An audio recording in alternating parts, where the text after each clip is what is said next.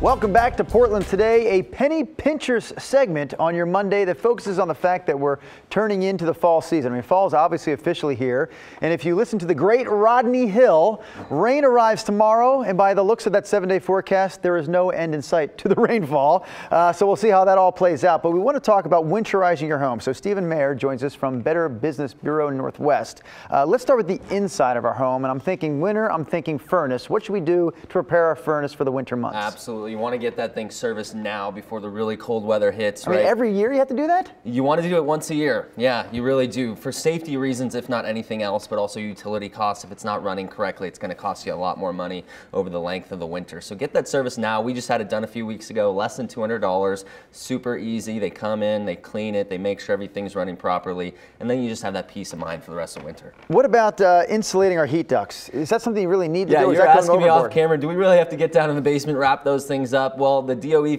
says that about 60% of energy loss comes from those ducts because, you know, before that warm air ever shoots out of the vents, it's going through all those ducts. So any leaks there, any inefficiencies there can really cost you a lot of money. So have the furnace guys take a look at your ducts while they're coming out. So what you're saying is if I don't want to spend the money and I want to be lazy, I can just let them go. Yes, yes, you can do that. You might be a little colder though. How about using an accredited business? Because whatever work is being done inside the home, you want to make sure you're using an accredited business. How do I know that this business really is what they say they are? Yeah, absolutely. You got to start with trust. These people are coming into your homes. They may be on your roof if you're getting a roof repaired or something like that. They're on your property. You have to be able to trust them. And of course, these projects aren't cheap. They're several $100s, if not more. So you want to start with trust. Look for the seal on their website, the BBB seal. If they're an accredited business, or of course, you can just go to bbb.org, type in a search bar there for whatever you're looking for. Maybe this is too basic a question, but I'm going to ask it anyway. Why is it so important for the business to be accredited? Because maybe I'm like, Johnny does a pretty good job. Yeah, he's not accredited. And maybe they are. Maybe they're doing a great job. There's a ton of businesses out there who aren't accredited who are still doing the right thing, but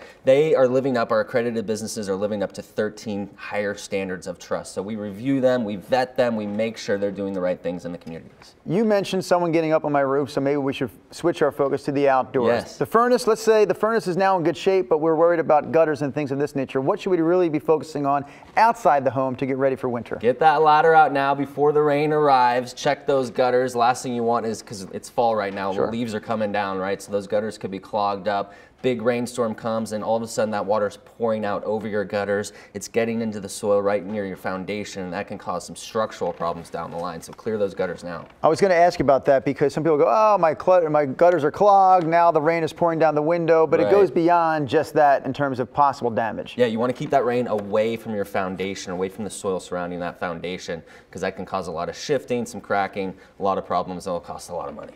Trees and heavy brush, things of this nature, I'm thinking they're starting to die. The leaves are starting to fall. Maybe they're not really an issue. We see it right there, right? We know how severe the winter was last year with all the ice, all the snow.